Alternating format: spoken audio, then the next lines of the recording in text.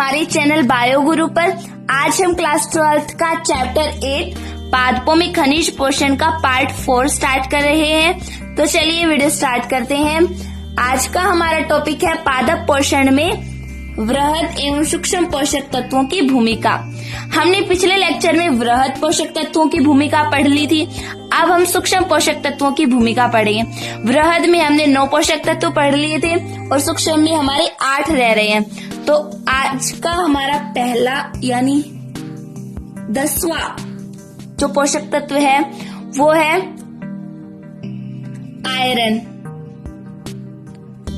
इसे हम Fe से लिखते हैं। क्यों लिखते हैं? क्योंकि इसका जो लैटिन नाम है वो फेरम है, इसी कारण से Fe से लिया गया। फेरम यानी आयरन। पादपों में आयरन का अवशोषण फेरिक आयन के रूप में होता है। अवशोषण होता है वो किसके द्वारा, कौन से आयन में होता है? फेरिक आयन में। इसका फॉर्मूला है Fe+3। लेकिन उपापचयी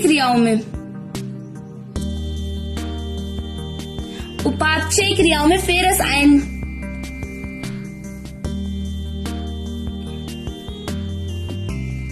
कौन सा आयन? फेरस आयन काम में आता है। आयरन जो होता है वो कोशिका विभाजन यानी सेल डिवीजन, श्वसन व इलेक्ट्रॉन परिवहन तंत्र, इसे शॉर्ट में ETS कहते हैं। ETS means electron transfer system. इसमें अहम भूमिका निभाता है आयरन। किसमें निभाता है? कोशिका विभाजन यानी सेल डिवीजन में, श्वसन रेस्पिरेशन में, इलेक्ट्रॉन परिवहन तंत्र यानी इलेक्ट्रॉन ट्रांसफर सिस्टम में अहम भूमिका निभाता है। अब इसकी कमी से होने वाले रोग को देखते हैं। इसकी न्यूनता के लक्षण।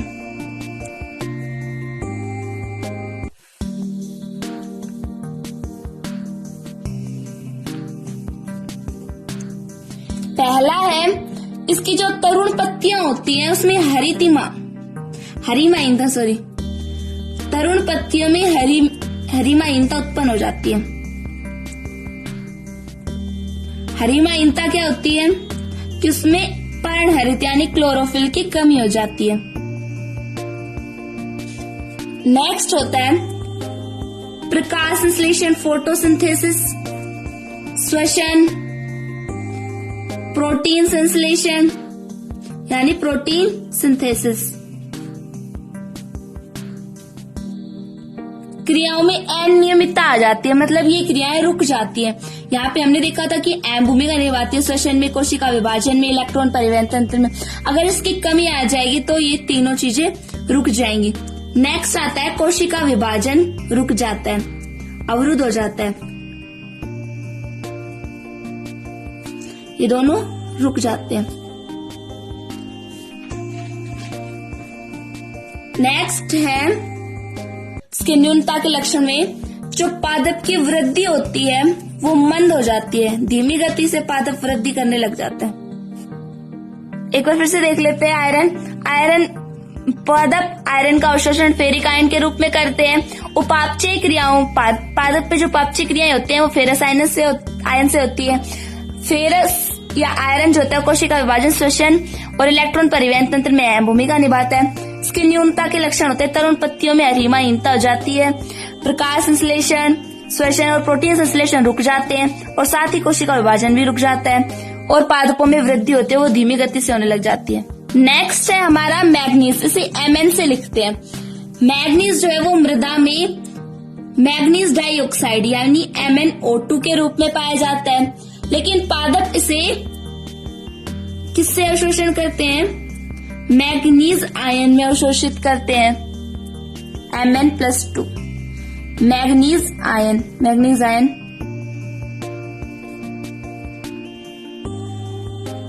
यह प्रकाश संश्लेषण, श्वसन, नाइट्रोजन उपापचय की क्रिया करने वाले एंजाइमों को सक्रिय करता है। प्रकाश संश्लेषण, श्वसन, नाइट्रोजन उपापचय करने वाले एंजाइमों को सक्रिय करता है। ये इसका कार्य हो गया।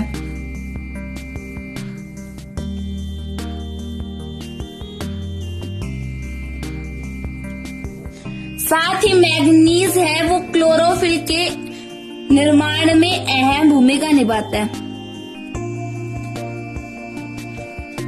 के निर्माण में प्रमुख घटक है।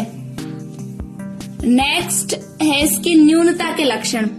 इसमें अगर पादपों में मैग्नीज की न्यूनता यानी कमी आ जाए तो क्या क्या लक्षण उत्पन्न होंगे। इसका पहला लक्षण है कि पत्तियों में हरिमाहीनता। ये या तरुण पत्तियां भी हो सकती है या फिर परिपक्व पत्तियां भी हो सकती है। परिपक्व या तरुण पत्तियों में, दोनों में होता है। मैग्नीज की कमी से जड़ जो होती है वो सीमित विकास ही करती है। जड़ों में सीमित विकास ही होता है।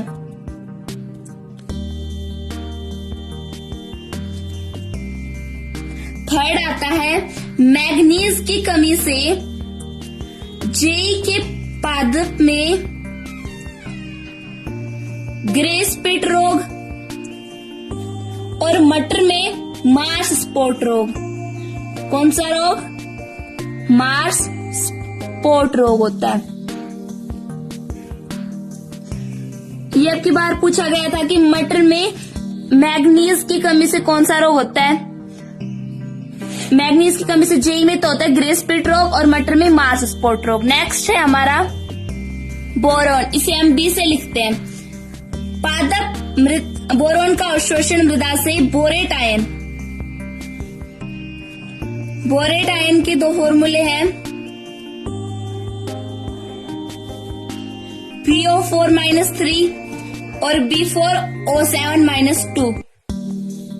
मृदा में कैल्शियम होता है जो बोरेट आयन से क्रिया करके कैल्शियम बोरेट बना लेता है, जिससे जो पौधे की जड़ें होती हैं वो कैल्शियम बोरेट को अवशोषित नहीं कर पाती है।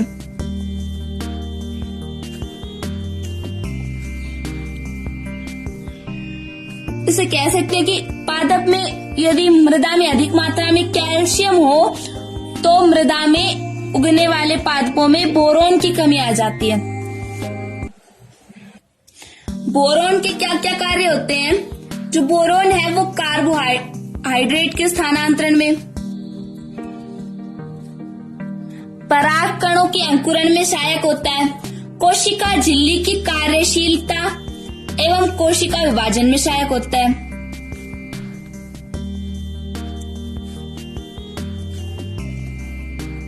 कि कार्यशीलता में और कोशिका विभाजन में सहायक होता है। इसकी कमी से होने वाले रोग पढ़ेंगे अब हम। न्यूनता के लक्षण यानी पादप में बोरॉन की कमी से जो जो लक्षण होंगे वो पढ़ेंगे अब हम। पहला है पत्तियां हैं वो हरे रंग की हो जाती है और मोटी हो जाती है। सेकंड है संग्रहकारी ऊतक यानी जो टिश्यू स्टोर करते हैं, संग्रहकारी ऊतक का विघटन हो जाता है। थर्ड है बोरॉन की कमी से पुष्पों की संख्या में कमी हो जाती है। पुष्पों की जो संख्या होती है वो कम होती है, यानी कम पुष्प उगते हैं। वे पुष्प प्राय बंधे होते हैं यानी सर्टाइल होते हैं, जो जनन में भाग नहीं लेते। ये इसका मेन लक्षण है कि बोरॉन की कमी से जो पुष्प होते हैं वो प्राय बंधे होते हैं यानी सर्टाइल होते हैं। नेक्स्ट आता है जिंक। इसे Zn से लिखते हैं। पादप मृदा से जिंक का अवशोषण जिंक आयन के रूप में करते हैं। इसका फॉर्मूला है Zn+2 के रूप में अवशोषण करते हैं। यह एंजाइमों का घटक है। जो जिंक है एंजाइम घटक है। जिंक फास्फोरस के अवशोषण में भी सहायक होता है।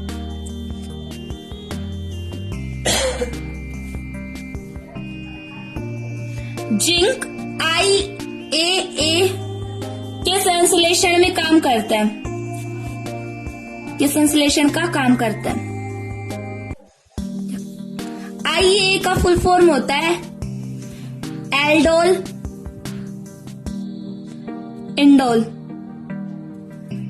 Indole acetic acid. इसकी न्यूनता के लक्षण, पहला है पत्तियों में श्वेत उत्तक क्षयी क्षेत्र। श्वेत उत्तक क्षयी क्षेत्र होते हैं, वो धब्बों के रूप में दिखाई देते हैं।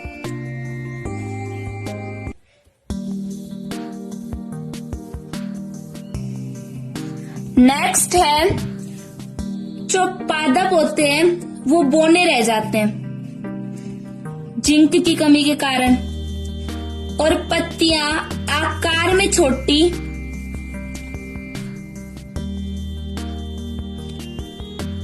और विकृत हो जाती हैं।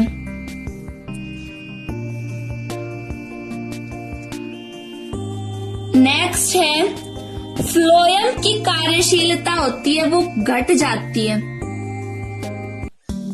फ्लोएम की कार्यशीलता में कमी आ जाती है, या कह सकते हैं कि घट जाता है।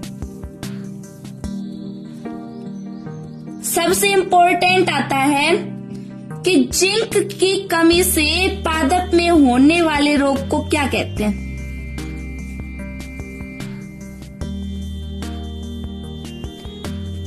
ये इंपॉर्टेंट है, इसे कहते हैं हम लघुपर्ण या लिटिल लीफ।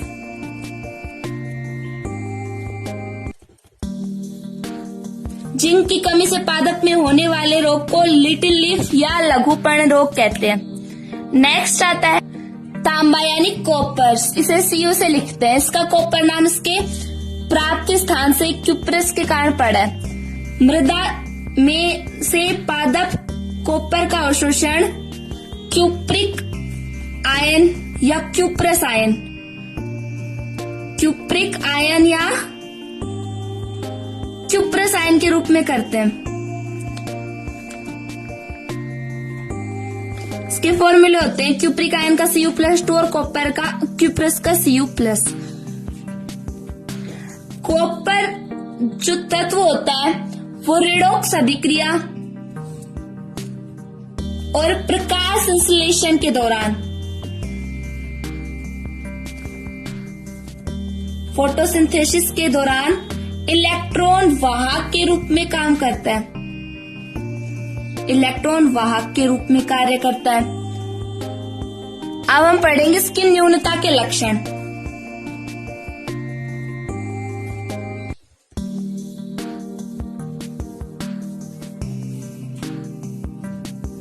फर्स्ट है तांबे की कमी से पौधे के पत्तियां होती है वो मुरझा जाती है।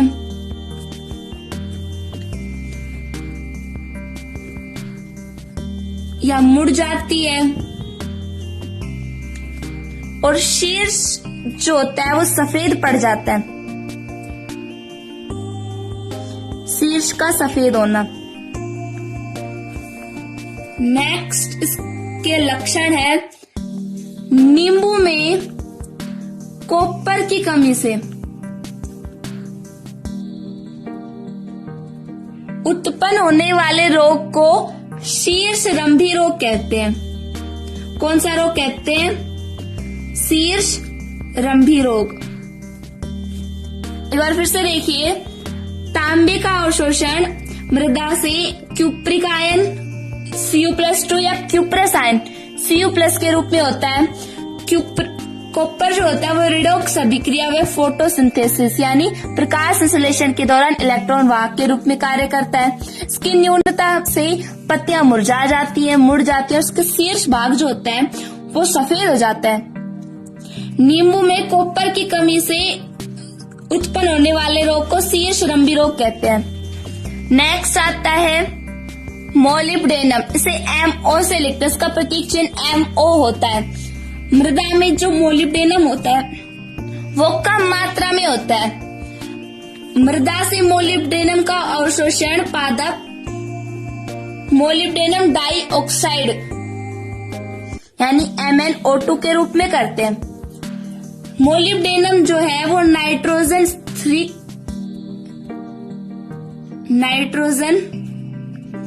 स्थिरीकारी एंजाइमों को सक्रिय करता है। इसकी न्यूनता से पादप में कौन कौन से लक्षण उत्पन्न होते हैं वो पढ़ेंगे अब हम। न्यूनता के लक्षण,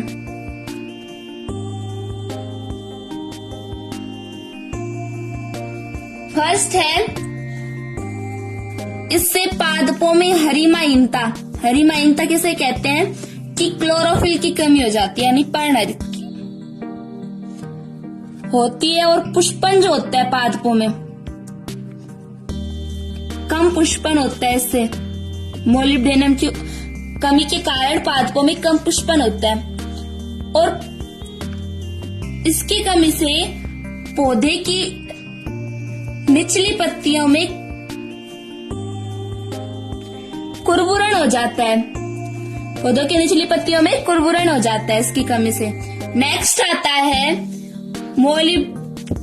मोलिब्डेनम की कमी से फूल गोभी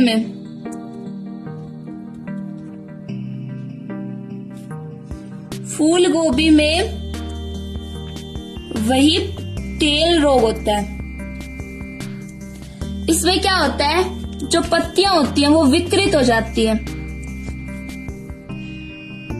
व्हीपटेल रोग में क्या होता है, पत्तियां विकृत हो जाती हैं। मोलिब्डेनम की कमी से फूल गोभी में व्हीपटेल रोग होता है जिसमें पत्तियां विकृत हो जाती हैं। नेक्स्ट आता है क्लोरीन। इसका सिंबल होता है Cl। क्लोरीन जो होता है उसका अवशोषण मृदा से पादप क्लोरीन आयन के रूप में करते हैं। यह तत्व कार्बोहाइड्रेट उपापचय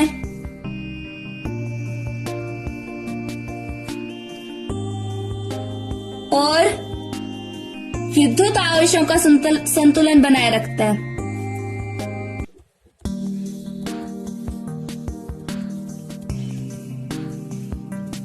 इसकी कमी से होने वाले रोग पढ़ेंगे अब हम। न्यूनता के लक्षण,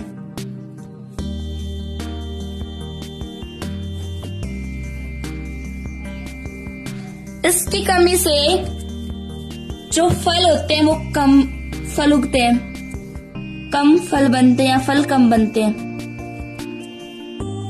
सेकंड है क्लोरीन की कमी से पत्तियों में चितबरी हरिमाहीनता उत्पन्न होती है।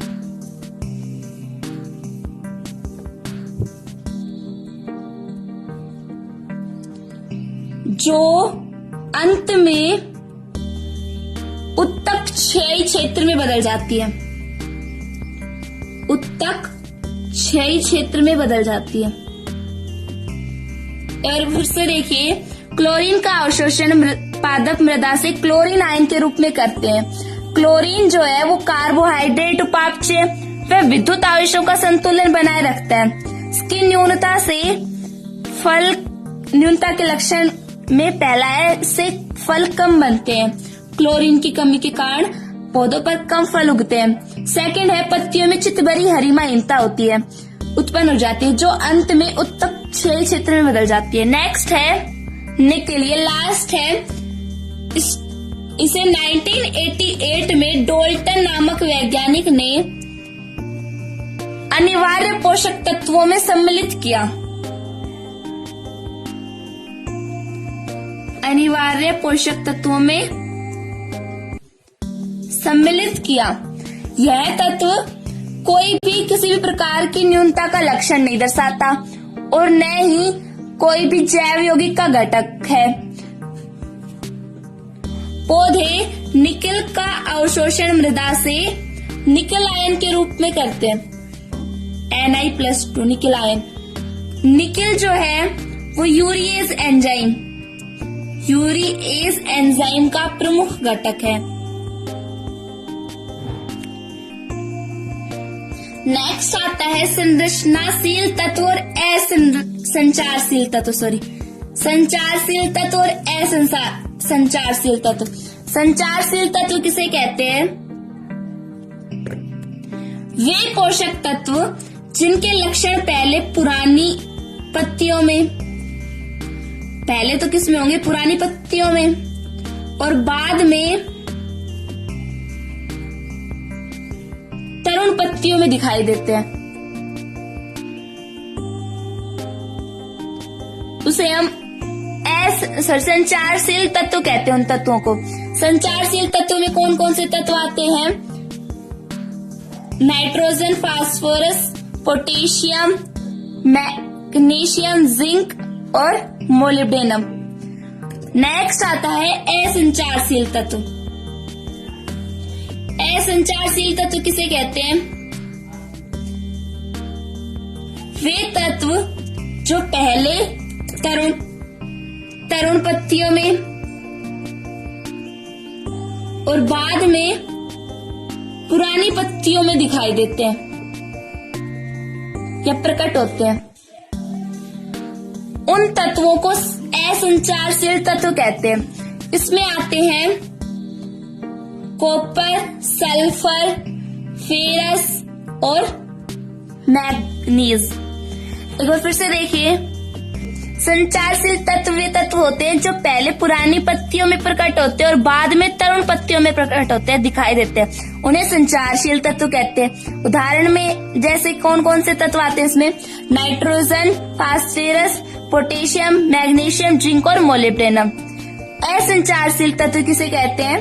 वे तत्व जो पहले तरुण पत्तियों में और बाद में पुरानी पत्तियों में दिखाई देते हैं, उन्हें असंचारशील तत्व कहते हैं। असंचारशील तत्व में कौन कौन से तत्व आते हैं? कॉपर, सल्फर, फेरस और मैग्नीज। आशा करती हूँ कि आपको वीडियो पसंद आया होगा। अगर आपको हमारा वीडियो अच्छा लगा हो तो चैनल को सब्सक्राइब करें, वीडियो को लाइक और शेयर जरूर करें। धन्यवाद।